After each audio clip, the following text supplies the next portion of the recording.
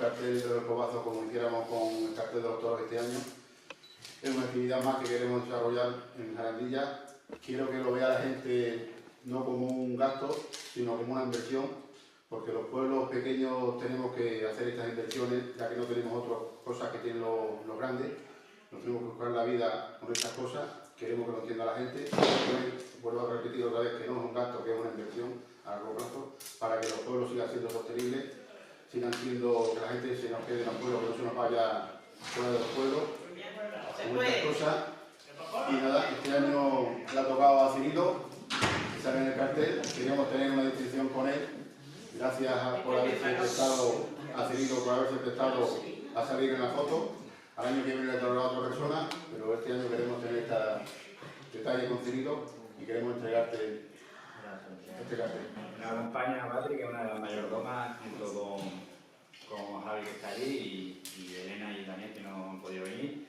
Nos acompaña también Ángel, que va a formar parte del equipo de promoción, como el año pasado hiciéramos para promocionar la fiesta en diferentes sitios, como en Diputación, en televisión y demás medios, que también dan las gracias por prestarse a ello. Y nada, y a Cirilo también por prestarse al cartel. Decir que el ganador de la fotografía de Valladolid, fotógrafo de Valladolid, se llama José Manuel Rodríguez, que también iba a venir a la presentación, pero por motivos laborales no ha podido venir. Vendrá el mismo día 7 de diciembre a seguir haciendo fotografía. En noviembre, que presentamos el cartel en Diputación, y luego pues seguimos con la promoción en diferentes medios de comunicación.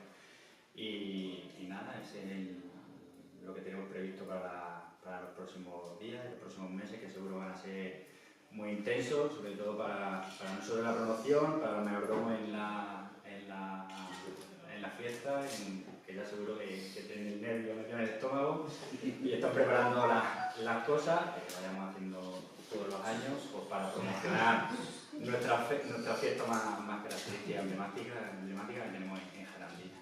Muy bueno promover una fiesta de estas características y ojalá con el tiempo y que sea a corto plazo llegue a ser reconocida como de interés nacional, que sería algo extraordinario.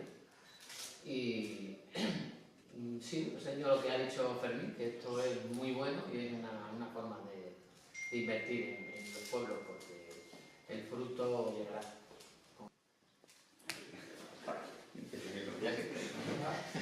Un aplauso.